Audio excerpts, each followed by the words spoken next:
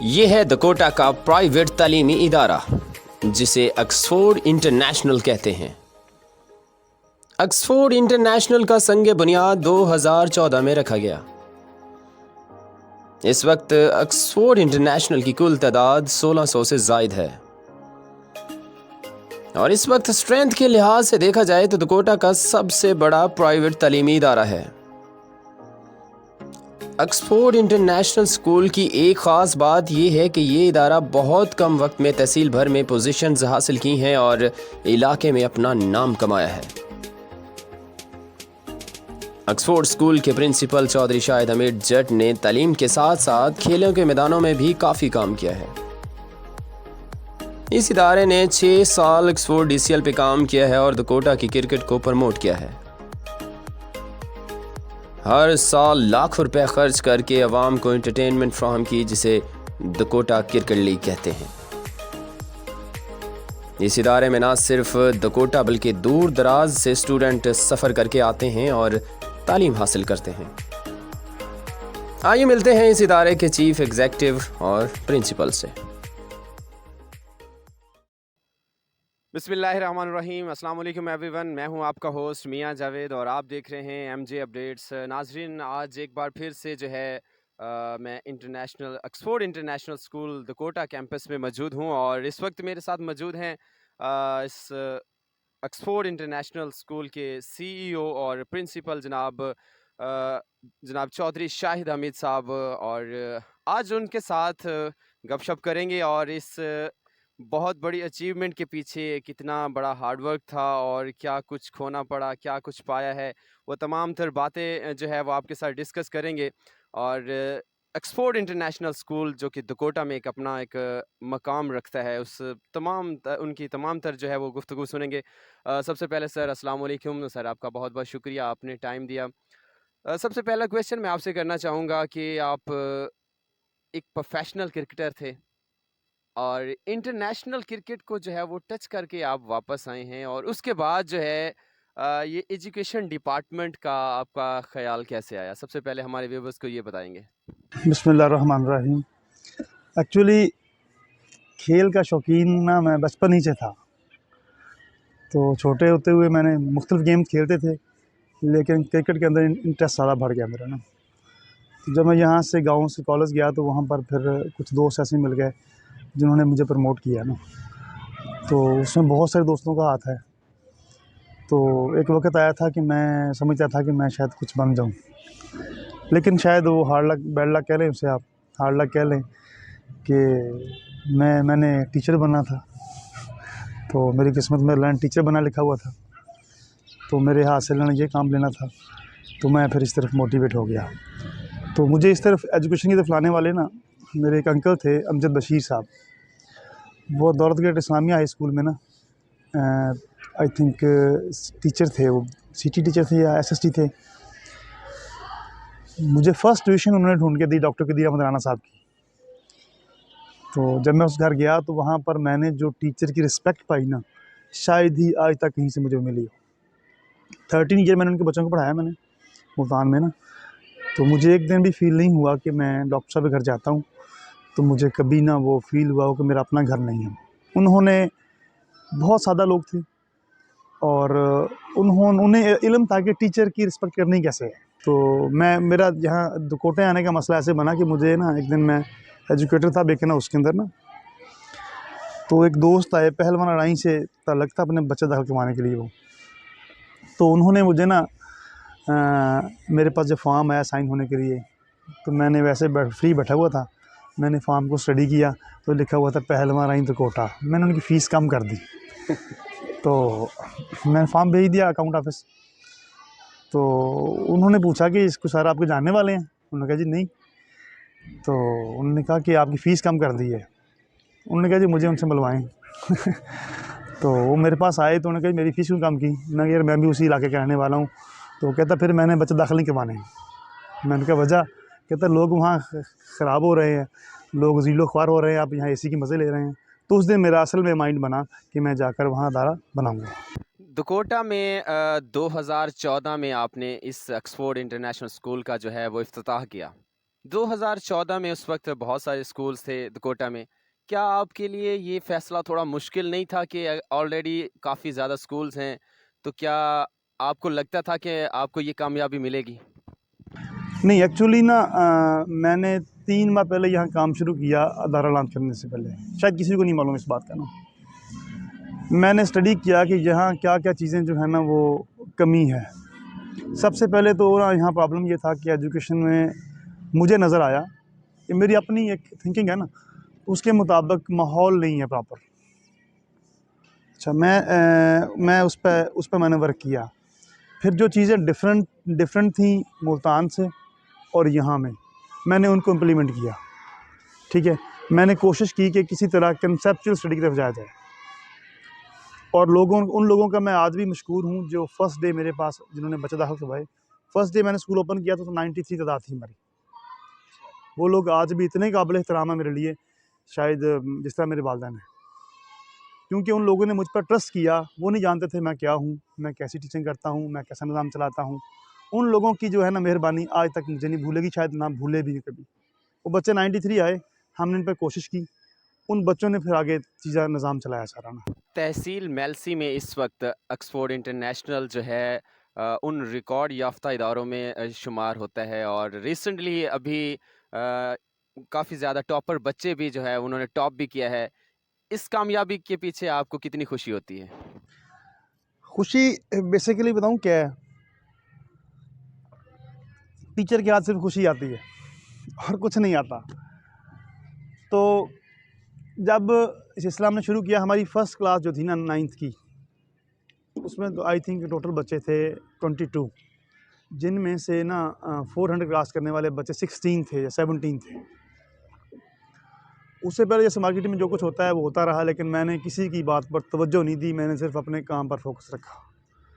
ठीक है, और जितनी मुझ में मेहनत कोशिश थी ना, अल्लाह ने हिम्मत दी थी, ताकत दी थी, मैंने उससे भर के करने की कोशिश की। और मेरा ख्याल नहीं, मैं सुबह 7 बजे आता हूँ, रात को 10 बजे यहाँ से जाता हूँ। तो आज मेरी वही रूटीन है। मुझे कुछ दोस्तों ने मशवरा दिया था कि आपके पास कोई बच्चा पढ़ने आए या ना आए, आपका ऑफिस खुला हो। जब भी लोगों को पता हो 10 बजे हम जाएंगे तो हमारा मसला हल होगा। मैंने उस बात को ना अपना लिया, मुझे अच्छी लगी। अ, तालीम के साथ-साथ आपने दकोटा के लिए क्रिकेट के जो है मैदानों में भी बहुत कुछ किया है। एक वक़्त ऐसा था कि दकोटा की जो क्रिकेट के हवाले से, जैसे आप कह रहे हैं कि मुझे खुद एक क्रिकेट का बहुत शौक था, तो दकोटा की क्रिकेट को आपने बहुत ज़्यादा फ़रोग़ दिया है। आपने पिछले 6-7 साल से लेकर जो है ऑक्सफोर्ड डीसीएल का जो आगाज़ किया था, उससे जो है काफ़ी लोगों में ग्रूम आया, लोग जो है वो पसंद करने लगे ऑक्सफोर्ड डीसीएल को। उसमें कितनी मेहनत थी? उसमें ना ये बेसिकली जब खालिद साहब मेरे साथ शुरू में दोस्त थे मेरे, अब भी हैं, तो मैं शौकीन था, वो भी शौकीन थे। तो उन्होंने कहा यार इस तरह का लीग टाइप टूर्नामेंट ना करवाएं, तो मैंने कहा करवाते हैं। मैनेजमेंट उन्होंने की थी उस टूर्नामेंट की पहले, तो उस पर जो जितने भी अखराजात थे वो मैंने बियर किए थे। अच्छा, वो मुझे बड़ा अच्छा लगा कि ये अच्छा निज़ाम है कि चलो हम स्कूल के बच्चों को तो करते ही करते हैं, बाहर के लोग भी जो एक्स्ट्रा यहाँ से बच्चे ओवर एज हो गए हैं वो भी खेलेंगे तो इन्जॉय करेंगे। अच्छा, उसमें मेरे ज़हन में क्या कॉन्सेप्ट था, बेसिकली मेरे ज़हन में कॉन्सेप्ट ये था कि यहाँ ना हम इंटरनेशनल प्लेयर्स लेके आएँ। क्योंकि जब मैं छोटा होता था ना, तो मैं वसीम अकरम को देखता था, जवेद मिर्ज़ा को देखता था, इमरान खान को देखता था टीवी पर, तो वो ना एक जुनून था इनको करीब से देखें, कम्प्लेक्स था कह लें आप। तो मैंने ये कोशिश शुरू कर दी प्लेयर्स को लाने वाली ना, कि किसी तरह लोग कॉम्प्लेक्स में रह यहाँ के बच्चे ना, कि हमने फ़लाँ को नहीं देखा, हमने फ़लाँ को नहीं देखा। मेरी ये कोशिश थी किस तरह लोगों का ना कॉन्फिडेंस बढ़े। उसमें बहुत सारे लोगों ने साथ दिया हमारा ना, तो एक पूरा एक लंबी फ़हरिस्त है जो लोग हमारे साथ ना कोऑपरेट करते रहे। उन्होंने हमारे लिए मेहरबानी हमारे ऊपर की इस टूर्नामेंट को कामयाब करवाने के लिए। अकेले मैं और खालिद साहब कुछ नहीं थे, बहुत सारे दोस्त थे। ठीक है, कोई कम्युनिटी में साथ देता है हमारा, कोई अंपायरिंग में साथ देता था, कोई ग्राउंड के बाहर साथ दे रहा है, कोई बाकायदा ग्राउंड में घूम रहा है, कोई गड़बड़ ना हो। बहुत सारी लंबी फ़हरिस्त था दोस्तों की ना। तो इस तरह मकसद मेरा ये था कि किस तरह खेल ना यहाँ पर ग्रूम हो जाए। बिल्कुल जी, जैसे आप कह रहे हैं कि आप अपनी पॉकेट से ही जो है इसका पूरा अरेंजमेंट करते थे। इस साल जो है वो देखने में आया है ऑक्सफोर्ड डीसीएल जो है वो थोड़ा-सा बैक फुट पर चले गए हैं, उसकी बेसिक वजह बताएंगे? क्योंकि क्रिकेट अब जो है दकोटा फिर से उसी तरफ जा रही है जहाँ से आप लेकर आए थे। ये मुश्किल सवाल है वैसे ना तो एक्चुअली हुआ ये कि ना कुछ दोस्तों ने मशवरा दिया कि ना इसे ज़रा फैला दें। मैं इसके हक़ में नहीं था बेसिकली। मेरी मेरी ख्वाहिश थी कि सिर्फ यहाँ के लोगों को ना प्रमोट करें, क्योंकि आप देखेंगे 99% लोग ऐसे हैं, कहीं भी चले जाएं, सिर्फ दकोटा के अंदर नहीं, वो अपनी पर्सनैलिटी को डेवलप करने के चक्कर में हैं। ठीक है, नहीं पर्सनैलिटी तो कल मर जाना है, पता नहीं अगला सांस आना कि नहीं आना, हमने यहाँ कल होना कि नहीं होना। लेकिन अगर आप एरिया को डेवलप करेंगे ना तो वो एरिया यहीं रह जाएगा। स्कूल है ना, इसने रहना है, मैंने मर जाना है। अगर इसे ऐसे निज़ाम में तब्दील कर जाएंगे तो आने वाली नस्लें से फ़ायदा लेंगी, सदका जारिया होगा। ऐसे ही मेरी कोशिश ये थी कि ये एरिया डेवलप हो, लोग यहाँ से बाहर ना जाएं, बाहर से यहाँ आएँ। ये मेरी कोशिश है। तालीम में भी मेरी यही कोशिश है। इंशाअल्लाह अगर अल्लाह ने हिम्मत दी, ताकत दी, सेहत रही, ज़िंदगी रही तो मैं ऐसा कर जाऊँगा इंशाअल्लाह। इतने बड़े स्कूल को चलाना और जैसे आप कह रहे हैं इस वक्त जो है वो 1600 प्लस जो है वो स्ट्रेंथ है ऑक्सफोर्ड इंटरनेशनल स्कूल की।